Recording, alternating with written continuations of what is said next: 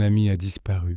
Il s'est volatilisé après avoir visité un site web étrange en 2003 et je ne l'ai plus jamais revu. Ce que je vais vous raconter est mon témoignage. J'ai rencontré Lucas au lycée. J'étais un gamin plutôt solitaire, mais on a tout de suite accroché. On était fascinés par les mêmes choses, les mystères, les agents du gouvernement, les pilotes de l'armée de l'air, les ovnis, les documents classifiés. Vous savez, ce genre de conversation qu'on a quand on est jeune et qu'on a du temps à perdre. À l'époque, je pensais que c'était juste des délires d'ados, des histoires pour se faire peur. J'avais tort. Tout a basculé en 2003. Lucas et moi, on était en colocation dans un petit appartement en sous-sol. Un soir, j'étais tranquillement en train de lire sur mon lit quand il m'a appelé depuis le salon. Une fois, 2 fois, 3 fois. Sa voix était tendue, presque électrique, comme chaque fois qu'il pensait avoir trouvé une pépite. Un nouveau mystère a percé. Je me suis levé et je l'ai rejoint. Lucas était assis devant son vieil ordinateur, le regard passant nerveusement de l'écran à moi. Le site web qu'il consultait était d'une simplicité déconcertante. Fond blanc, lien bleu, pas de pub, pas de design moderne, rien. Juste une longue liste de dates. Mars 1984, juillet 1985, octobre 1986. Il a cliqué sur novembre 1982. Un document scanné est apparu avec le logo de la CIA bien visible en haut de la page. Lis ça, il m'a dit. Je me souviens encore de certaines phrases. Le 1er septembre 1959, une sphère sombre a été observée à 25 milles au large des côtes de Floride. L'objet a commencé à émettre une lueur rouge, puis jaune, bleue et orange. Il a ensuite accéléré verticalement à un angle de 90 degrés. Un document officiel de la CIA qui parle d'un ovni? Ma première réaction, ça a été de me dire que c'était un faux, un truc monté de toutes pièces. Je lui ai demandé si c'était un de ces sites de théorie du complot. Il m'a répondu « non » d'un ton sec qui ne lui ressemblait pas. Il est retourné à la page d'accueil et a cliqué sur mai 1984. Le document décrivait un événement encore plus ancien, survenu au XVIe siècle dans une ville allemande. Des objets aériens en forme de croissant rouge auraient été observés dans le ciel.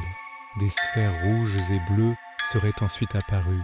Une structure gigantesque, en forme de lance, longue d'environ 1 kilomètre, serait descendue pour récupérer les débris et les corps. Aucun débris ni renseignement non humain n'a été laissé aux civils.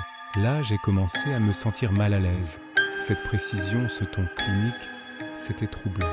Lucas, lui, continuait de faire défiler les articles, complètement absorbé. Il y avait des témoignages de militaires américains, d'agents du gouvernement, de civils. Les formes décrites revenaient sans cesse.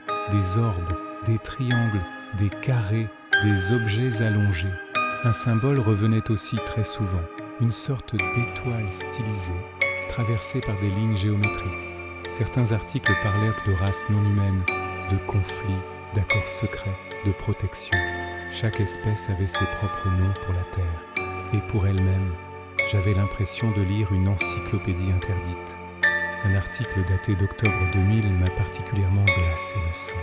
C'était le témoignage d'un agent de la CIA. Il racontait, alors que je m'approchais de la source lumineuse, elle s'est mise à clignoter. Quelque chose glissait sous les feuilles mortes.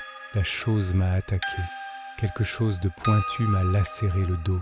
On m'a averti que consulter un médecin mettrait ma famille en danger.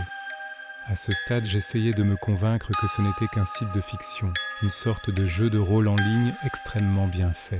C'était la seule explication logique. Et puis, Lucas a cliqué sur un lien daté de mars 2003, l'année en cours. Une page d'erreur s'est affichée. Accès refusé. Moins d'1 heure plus tard, quelqu'un a frappé violemment à notre porte. J'ai ouvert et je me suis retrouvé face à une douzaine d'hommes en tenue d'assaut, type SWAT mais sans aucun insigne, aucun badge. Ils entourèrent la maison. On m'a ordonné de sortir, les mains en l'air. Lucas et moi, on a été menottés sans un mot. Notre petit appartement a été retourné, fouillé de fond en comble. On nous a séparés et embarqués dans 2 fourgons différents. Au commissariat, ou du moins ceux qui y ressemblaient, on m'a interrogé pendant des heures. Mais toutes les questions portaient sur Lucas. Ses habitudes, ses centres d'intérêt, ses contacts. On ne m'a jamais parlé du site. Puis, aussi soudainement que tout avait commencé, on m'a relâché. Lucas, lui, n'est jamais revenu. Son téléphone ne répondait plus.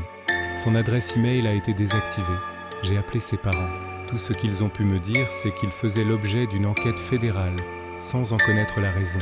Il avait disparu de ma vie, mais l'histoire ne s'arrête pas là. 9 nuits plus tard, l'horreur a recommencé. Je me suis réveillé en pleine nuit avec une douleur atroce au bras. Une créature était accrochée à moi.